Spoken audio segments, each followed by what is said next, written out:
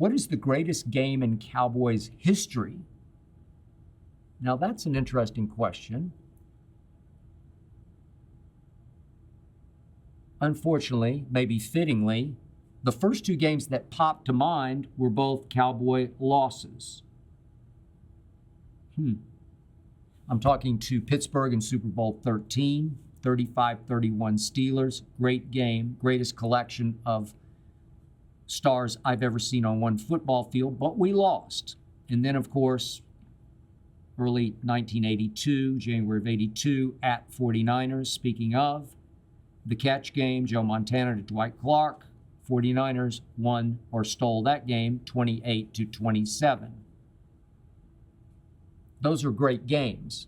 But if you're talking about, for me personally, the greatest Cowboy fan game, just for me personally, the one that gave me the greatest joy and satisfaction occurred, this is probably before your time, but look it up, Thanksgiving afternoon of 1974.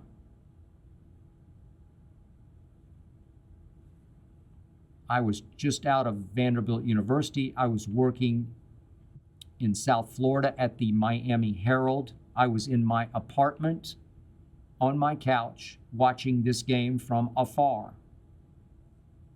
My Cowboys had fallen behind 16-3 to the team I hated most. In those days, they were called the Washington Redskins, who concussed my quarterback, my all-time favorite Dallas Cowboy, Roger Staubach, and he was down and out of that game. And here came some kid named Clint Longley, a rookie out of Abilene Christian,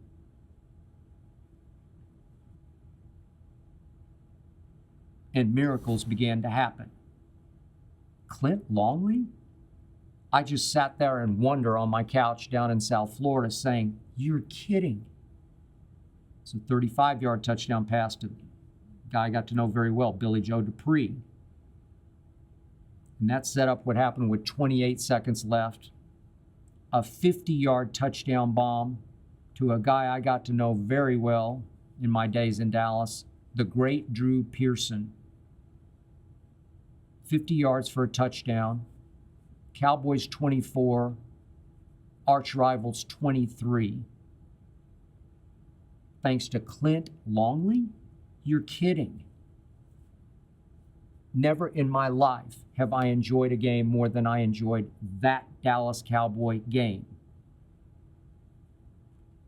It was a little more than a year later, as a footnote to this story, that Clint Longley in Cowboy training camp, Thousand Oaks, California.